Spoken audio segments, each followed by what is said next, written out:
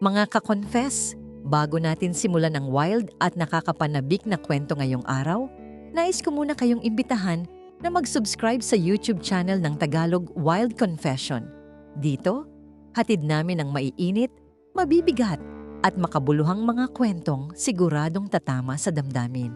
Paalala lang po, ang lahat ng kwentong maririnig ninyo ay pawang katang-isip lamang at ginawa para magbigay aliw at aral.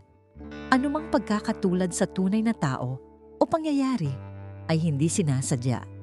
At ngayon, mga ka-confess, ihanda nyo na ang sarili ninyo dahil isa na namang nakakaintriga at kapanapanabik na Tagalog Wild Confession ang inyong mapapakinggan.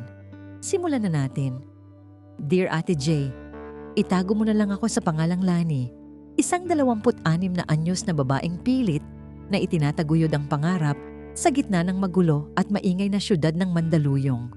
Sabi nila, ang Mandaluyong daw ang puso ng Metro Manila. Madaling puntahan, malapit sa lahat. Pero para sa akin, ang syudad na ito ang naging saksi sa pinakamalaking pagkakamali at pinakamasarap na lihim ng buhay ko. Nakatira ako sa isang lumang apartment building, hindi kalayuan sa Bonnie Avenue. Ang unit namin, Unit 4B, isang maliit na espasyo na sapat na para sa 2 tao. Kasama ko sa unit na yon si Jerwin. Si Jerwin ay matagal ko ng kaibigan. Nagkakilala kami sa dati naming trabaho. At dahil pareho kaming nagtitipid at gustong mapalapit sa opisina, napagdesisyonan naming maghati sa renta. Space sharing ika nga. Pero may isang malinaw na kasunduan. Walang taluhan. Magkaibigan lang kami. Walang mali siya. Sa katunayan, Ate J, pareho kaming committed. May boyfriend ako, si Mark, na nagtatrabaho sa Cavite. Si Jerwin naman, may girlfriend na si Rina na nakatira naman sa Quezon City. Okay naman ang setup namin nung una. Kapag weekend, umuuwi kami sa kani-kanilang mga partner. Pero kapag weekdays, kami ang magkasama sa apartment.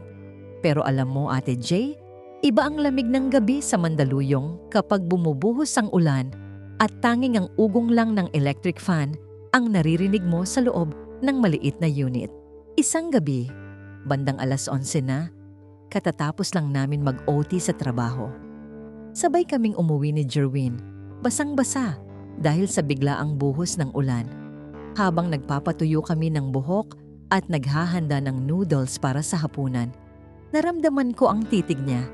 Hindi iyon ang tingin ng isang kaibigan. Iyon ang tingin ng isang lalaking may gustong aminin, pero natatakot sa pader na itinayo namin sa pagitan ng aming mga kama. Lani, tawag niya sa akin. Ang boses niya ay malalim, parang humahaplos sa pandinig ko. Bakit, Jerwin? Sagot ko, pilit na itinatago ang kaba. Hindi mo ba nararamdaman yung katahimikan dito sa loob ng apartment? Parang may gustong sabihin na hindi natin mabigkas. Sabi niya, habang dahan-dahang lumalapit sa akin sa maliit naming kusina. Ang amoy ng ulan na humahalo sa pabango ni Jerwin ay nagsimulang gumulo sa isip ko. Alam kong mali. Alam kong may Mark ako at may Rina siya. Pero sa sandaling iyon, sa loob ng Unit 4B, parang kaming 2 lang ang tao sa mundo. Ang mga kapitbahay namin sa kabilang unit ay malamang na natutulog na. Walang kamalay-malay na, sa loob ng tahimik na silid na ito, may isang bagyong mas malakas pa sa ulan sa labas ang nagbabadyang sumabog. Hindi ko nagawang lumayo nang hawakan niya ang baywang ko. Ang init ng palad niya ay tumagos sa manipis kong suot na pambahay. Jerwin, mali ito? Bulong ko, pero hindi ako gumagalaw. Alam ko, Lainey. Pero pagod na akong magpanggap na okay lang ako tuwing nakikita kitang natutulog sa kabilang kama. Sagot niya bago niya tuluyang inangkin ang mga labi ko. Doon nagsimula ang lahat, Ate J. Isang halik na nauwi sa isang gabing puno ng kasalanan, ngunit puno rin ng ligayang hindi ko nahanap kay Mark. Ang apartment na dati ay simbolo lang ng pagtitipid, naging pugad ng aming mga lihim. Bawat ungol, bawat bulong, at bawat haplos ay kailangang itago sa likod ng mga pader na tila ba may mga taingang nakikinig. Kinaumagahan, Kailangan naming mag-ayos na parang walang nangyari. Lalabas kami ng pinto. Babatiin ang kapitbahay na si Aling Nena na nagdidilig ng halaman at papasok sa trabaho bilang magkaibigan. Pero sa ilalim ng aming mga suot na uniforme, dala-dala namin ang marka ng isa't isa. Ngunit hanggang kailan namin kayang panindigan ang ganitong setup? Paano kung biglang kumatok si Mark o si Rina nang hindi namin inaasahan? Lumipas ang mga araw na parang may kung anong kuryenteng dumadaloy sa pagitan naming dalawa ni Jerwin sa loob ng Unit 4B. Mahirap, Ate J. Mahirap gisingin ang sarili sa katotohanang tuwing umaga. Pagmulat ng mata ko, ang mukha ni Jerwin ang nakikita ko sa kabilang kama. Pero ang pangalang dapat kong banggitin sa mga text message ko ay si Mark. Isang Martes ng gabi, habang kumakain kami ng takeout na lomi sa maliit naming mesa, biglang tumunog ang phone ni Jerwin. Video call galing kay Rina. Kita ko ang biglang pagbabago ng hitsura ni Jerwin. Mula sa pagiging relax at tumatawa kasama ko, bigla siyang naging matigas at tila nabigla. Sagutin mo na, bulong ko habang dahan-dahan kong inilalayo ang upuan ko para hindi ako makita sa camera. Hello, Hon? Oh, bakit napatawag ka? Ang boses ni Jerwin ay naging malambing, pero alam kong pilit. Nakita ko sa screen si Rina, nakasuot ng pantulog, mukhang pagod pero nakangiti. Wala lang, namimiss lang kita. Kamusta dyan sa apartment? Kasama mo ba si Lainey? Tanong ni Rina. Nanigas ako sa kinauupuan ko. Oo, kakatapos lang naming kumain. Tulog na yata siya sa kabilang kama. Pagsisinungaling ni Jerwin habang nakatingin sa akin ng diretsyo. Ang mga mata niya ay humihingi ng paumanhin, pero ang labi niya ay patuloy na bumibigkas ng mga salitang panakipbutas. Matapos ang tawag na yon, binalot kami ng nakakabinging katahimikan. Iyon ang mahirap sa sitwasyon namin, Ate J. Alam naming dalawa na bawat halik at bawat haplos namin sa gabi ay may kaakibat na panloloko sa mga taong nagtitiwala sa amin. Pero bakit ganoon? Bakit mas hinahanap-hanap ko ang presensya ni Jerwin kaysa sa mga tawag ni Mark? Lainey, sorry, sabi ni Jerwin habang nililigpit ang pinagkainan. Hindi ko gustong magsinungaling sa kanya, pero ayaw ko ring mawala itong nararamdaman ko sa'yo. Lumapit ako sa kanya at nyakap ko siya mula sa likod. Isinandal ko ang ulo ko sa matigas niyang likuran. Mali tayo, Jerwin. Alam nating dalawa yan. Pero bakit kapag kasama kita, parang tama ang lahat? Humarap siya sa akin at hinawakan ang magkabila kong pisngi. Sa liwanag ng bumbilya sa aming kusina, kitang-kita ko ang lungkot at pagnanasa sa kanyang mga mata. Siguro dahil dito sa apartment na ito, hindi tayo kailangang maging boyfriend o girlfriend ng iba. Dito, tayo lang ang magkasama. Noong gabing yon, mas naging mapusok ang aming pagtatalo ng damdamin. Hindi na lang ito simpleng pagnanasa. Parang gusto naming burahin ang distansya ng Cavite at Quezon City sa bawat dikit ng aming mga balat. Pero ang hindi namin alam, ang katahimikan ng apartment building na ito ay may hangganan. Isang gabi, habang abala kami sa aming sariling mundo sa loob ng kwarto, nakarinig kami ng sunod-sunod na katok sa pinto. Hindi iyon ng karaniwang katok ng kapitbahay, nahihiram ng martilyo o magtatanong tungkol sa kuryente. Malakas ito. Mapilit. Jerwin, Lainey, buksan niyo to. Nagkatinginan kaming dalawa. Nanlamig ang buong katawan ko. Kilala ko ang boses na yon. Boses yon ni Mark. Dali-dali kaming nagayos ng suot. Ang puso ko ay parang gustong tumalon palabas ng dibdib ko sa sobrang kaba. Anong gagawin natin? Bulong ko kay Jerwin habang nanginginig ang mga kamay ko sa pag-aayos ng aking t-shirt. Huminga ka ng malalim. Ako ang magbubukas, sabi ni Jerwin, bagamat bakas din sa kanya ang takot. Pagbukas ng pinto, tumambad sa amin si Mark na may dalang mga pasalubong mula sa Cavite. Surprise! Naisipan kong dumaan dahil maaga kaming pinauwi. Bakit ang tagal niyo bago nagbukas? Pumasok si Mark sa loob ng unit. Iginala ang paningin sa paligid. Ang amoy ng aming pabango na humahalo sa init ng silid ay tila nagbibigay ng pahiwatig. Huminto siya sa tapat ng kama ko at doon ko napansin ang isang bagay na nakalimutan naming itago. Ang relo ni Jerwin na nasa ibabaw ng unan ko. Tumingin si Mark sa akin. Pagkatapos ay kay Jerwin.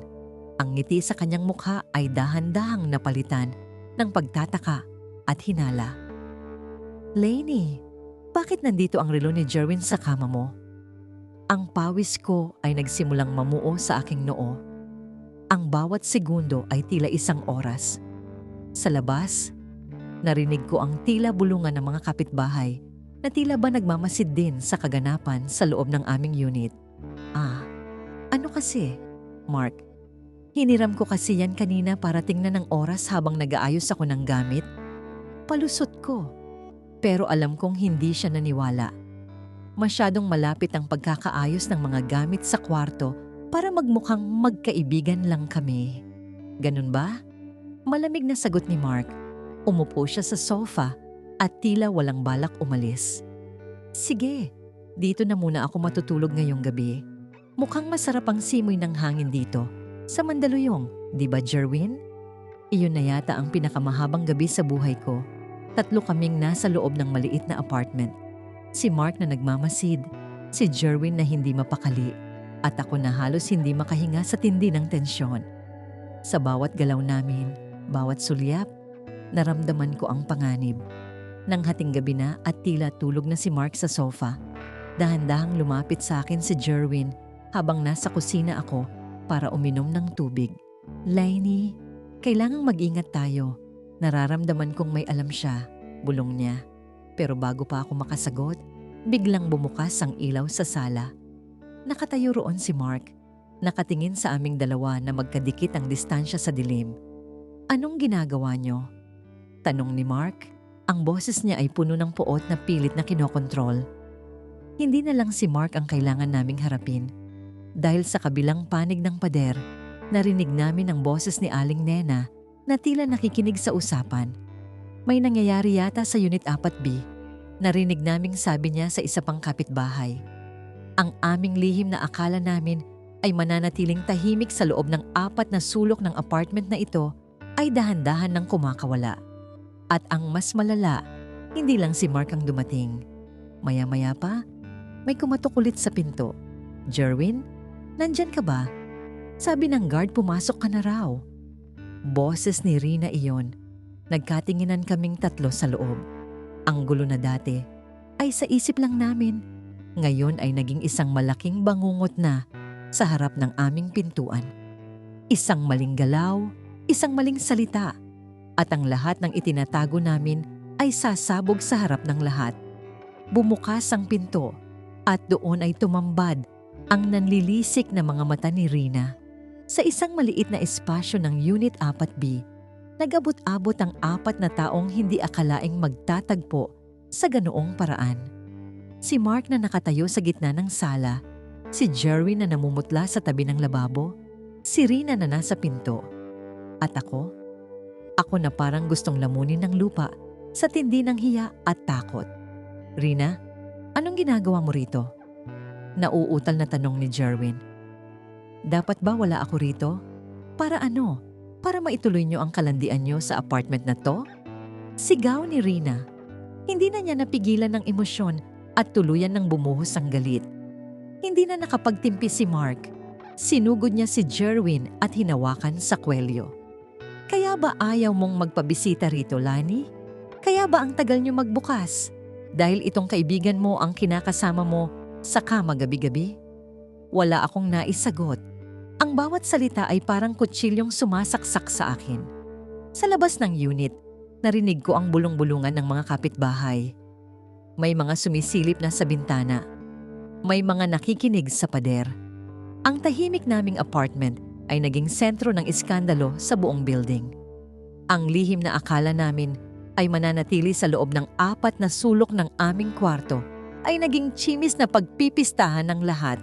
Nauwi sa matinding sumbatan ng gabing iyon. Iniwan ako ni Mark. Bit-bit ang lahat ng pangarap na binuo namin sa loob ng ilang taon. Si Rina naman ay tuluyan ng hiniwalayan si Jerwin Matapos nitong aminin ang lahat ng nangyari sa amin. Sa isang iglap, nawala ang lahat. Ang tanging natira ay ang katahimikan ng Unit 4B. Pero hindi na ito ang katahimikang nagbibigay ng kapayapaan, kundi isang katahimikang puno ng pagsisisi. Magkasama pa rin kami ni Jerwin sa apartment pagkatapos ng gabing yon. Pero wala na ang saya. Wala na ang init. Ang bawat sulok ng unit ay nagpapaalala sa amin ng mga taong nasaktan namin. Napagtanto ko na ang pag-ibig na itinayo sa kasinungalingan ay parang isang bahay na gawa sa baraha. Isang ihip lang ng katotohanan, guguho at mawawasak ang lahat. At yan ang kwento ni Lainey. Mga ka-confess, at diyan na nagtatapos ang ating kwento para sa araw na ito. Isang aral na naman ang iniwan sa atin ng buhay na ang bawat lihim, gaano man ito katahimik at kailap, ay laging may paraan para lumabas at magmulat sa atin sa katotohanan. Maraming salamat sa inyong walang sawang pakikinig at pagsama sa bawat emosyong ating pinagsaluhan sa kwentong ito. Sana ay nagustuhan ninyo ang ating Tagalog Wild Confession ngayong araw. Huwag ninyong kalimutang mag-subscribe dito sa aming YouTube channel at i-click ang notification bell para lagi kayong updated sa ating mga bagong uploads. I-follow nyo na rin ang aming Facebook page na Tagalog Wild Confession para sa mas marami pang maiinit at kapana-panabik na mga kwento. Muli, maraming salamat sa inyong suporta. Hanggang sa susunod nating kwentong Tagalog Wild Confession, ingat kayong lahat, mga ka-confess!